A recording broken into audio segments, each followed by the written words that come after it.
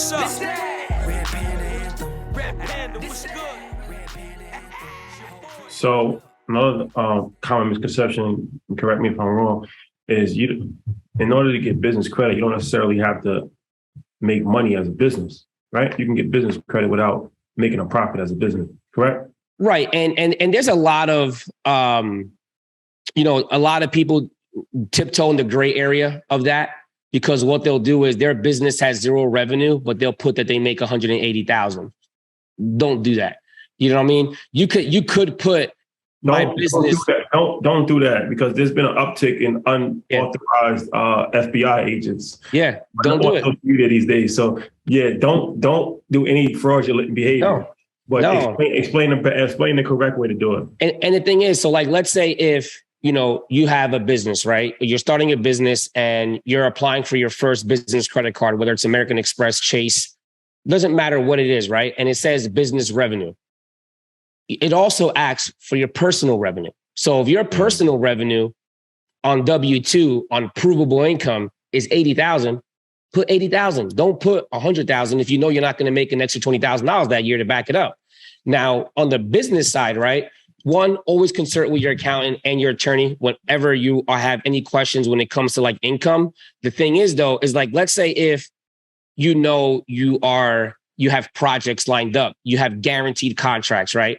So you haven't made any money right now. You haven't made any money today. But if you know within the next 12 months, you have a guaranteed contract coming in of like 80,000, 100,000, whatever the case is, that could be a tactic that you can use. And like I said, get with your accountant, because now that's future receivables. You haven't actually received it yet. But if you don't have anything, put zero. And so what if you get approved for a $10,000 credit card? At least you got approved for a credit card. The reason why people put a higher limit is so that way they can get, the higher amount is so they can get a higher limit. Don't do it. You know what I mean? Because then it's like gray area. You're going to start to, put 80,000, put 90, and you didn't really make it. What happens when they say, hey, man, you know what? We want to see a copy of your P&L statement, your tax returns, which business accounts can do, business credit cards can do. What happens when you don't even have a P&L statement, which is a profit and loss statement for your business? Yeah. What happens when you don't even have a bank account or need revenue? You know what I mean? They can shut you down, flag you. So it's like, never tiptoe in the gray area. If you have to question it, don't do it. So if you starting a business and it's no revenue, put zero. It's the best thing to do. But like you said, also what people fail to realize is that most people that start businesses, they have a job. Very rarely just go cold turkey and start a business that makes no revenue, and because then you'll be homeless, right? So it's like they're going to use your personal information anyway.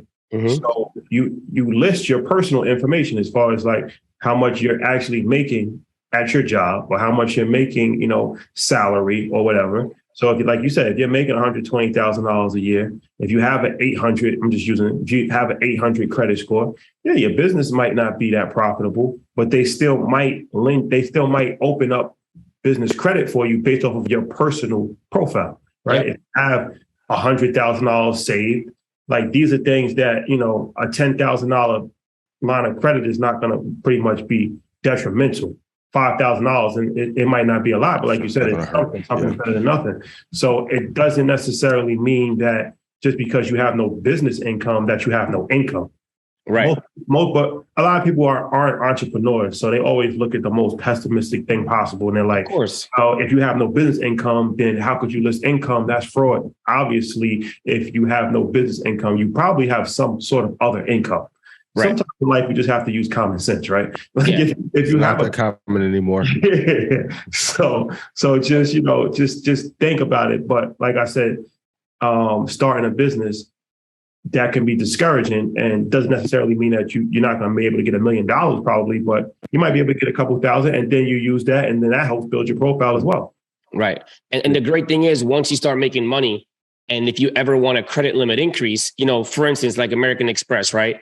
Even if you have a charge card with no limit, but you have a preset spending limit of, let's say, $50,000, $60,000, whenever you request a limit increase with American Express, a lot of the times they're going to request a bank statement, a profit and loss statement, financials, right? Things like that, tax return. So let's say if you do start off with $10,000, $20,000, just keep using it. And then every 6 months, just ask for a limit increase and be like, hey, listen, when I started off, I didn't have any revenue, but guess what? My business blew up. I made $300,000 in the last 6 months because of leveraging your card. Is there any way you guys can give me a limit increase? You can request the amount. When you request and increase your preset spending limit with American Express, you can put the amount. And if your financials justify that limit, they'll give it to you. You know what I mean? So that's the best thing is you don't got to lie in an application because it's better to start it off right and then work your way up. Because what if I give you right now, if American Express gives you a $300,000 credit card, you have no revenue, then you maxed it out, then what happens? How are you going to pay it back? That's the part I want to go to, Jose, because that's the other part, right? You might get that credit increase, right? You max it out, but then there becomes the negligence. And so now when the payments are due, you can't pay it, right? And so when you do that on the personal side, your credit score goes down. But in the business side, correct me if I'm wrong, but your DUNS number gets affected, right? Can you explain what that process? Yeah. So typically, the majority of your credit cards will actually report to Experian Business. And then your other net 30s and vehicles will typically report to Dun & Bradstreet, right? So good and bad thing is, the bad thing is that typically American Express or like Visa, MasterCards won't report to Dun & Bradstreet. I'm not saying all of them, but typically a lot of them won't, which is good. And that's your DUNS number. And that's your paydex score, right? So, you know, you have Equifax, Experian, TransUnion in the personal side. On the business side, you have Equifax Business, Experian Business, and then you have Dun & Bradstreet. So that's why we like nav.com because it does track everything. And Experian Business is typically gonna have like your credit cards, right? They don't report to all three like how your regular American Express does on your personal side. You know, it does report to different bureaus. And they all have different factors, right? Your Experian Business only goes up to 100 points. And so does your paydex score. It only goes up to 100 points. And typically you'll have anywhere between 80 to 100 as long as you pay your bills on time. You know, so if you pay your bills on time, typically it's net 30. As long as you pay them between 1 and 30 days, you'll have typically an 80 paydex score, you know? Yeah. And the great thing is that a lot of the times the balances won't always affect your paydex or your Experian Business score, you know? So that's a great thing. The thing is though, if you have everything maxed out, then it's going to hurt you. But if you have like one or two accounts, it's not really going to hurt you as bad as, let's say if you have a Target credit card and that's the only credit card maxed out on your credit report, your score is going to go down. Even though your overall credit is okay, that one credit card's maxed out, it's going to hurt you. The great thing is on the business side, it doesn't affect you like the same way. What are 2 or 3 credit cards entrepreneurs should apply for that gives them a good probability of getting a line of credit without having a ton of revenue in their business yet? So when you say line of credit, do you mean like a credit card like American Express? Credit card? Okay. So even though this credit card reports to the personal side, the reason why I like it is because it reports to personal and business. And if you have blemish credit, they still approve you, which is the Capital One Spark card. The reason why I like the Capital One Spark is because it's for beginners that have new credit, meaning you can get approved for like a 580, 600 credit score, even with like charge-offs and collections. And it also reports to your business credit report as well. You know, so the reason why I like that one is, even like I said, even though it reports to both, which I would never really suggest it, it's just because it's a great starter card to get. And that's why you brought it up. Like, which one are they going to likely give it to you? Let's say, even if you get $1,000, $2,000, $4,000, whatever the case is, it's more than you had before. Just be mindful that if you maxed it out, it is going to report to your personal credit. The second one I would say for starters is going to be your American Express, right? I love American Express typically because even if you have a charge off or a collection, American Express will still approve you for a business credit card. You know, I have 0 personal cards. You know, I filed bankruptcy in 2014. I owed money. I included them in my bankruptcy.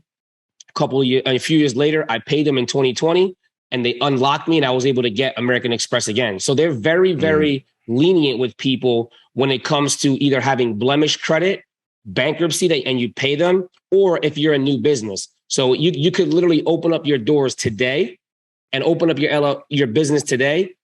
And as long as you have a bank account and a tax ID, get approved for up to 6 American Express credit cards tomorrow, which is a great thing because now you have access to $50, $60, $80,000. And a lot of people come up to me like, yo, man, I watched your video on YouTube, on EYL, on Instagram, whatever the case is. They're not even clients of mine. And they're like, I did exactly what you said. I applied for American Express and I got up to 6 credit cards. And that's what helped me start my business. So that's the why I like it, because it's something that's very feasible for a new entrepreneur or a seasoned one. And I would say the third one, which might throw people for a loophole a little bit, is gas cards.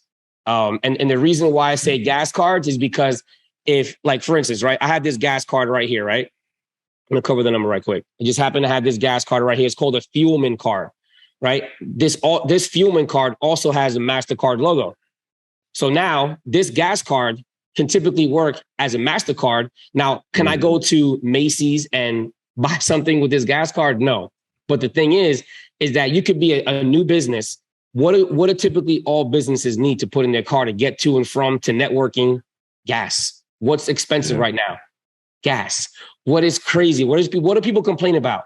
Gas, right? The thing is, if you have a $25,000 credit card that doesn't report to your personal credit, is gas a problem anymore? No. You just got to find a way to pay it back. You need to get to InvestFest and you don't have money. Drive your car and probably cost you $500 in gas round trip. What else can you buy at the gas station? Food. You can buy gift cards. You can buy, the thing is, if you don't have any, like I use this as a prime example, right? When I was starting my business and I was driving to Florida for the credit boot camps, I would use my gas card. I was allowed up to $1,500 a day inside of the convenience store. So what I would do is buy $1,500 worth of $100 gift cards.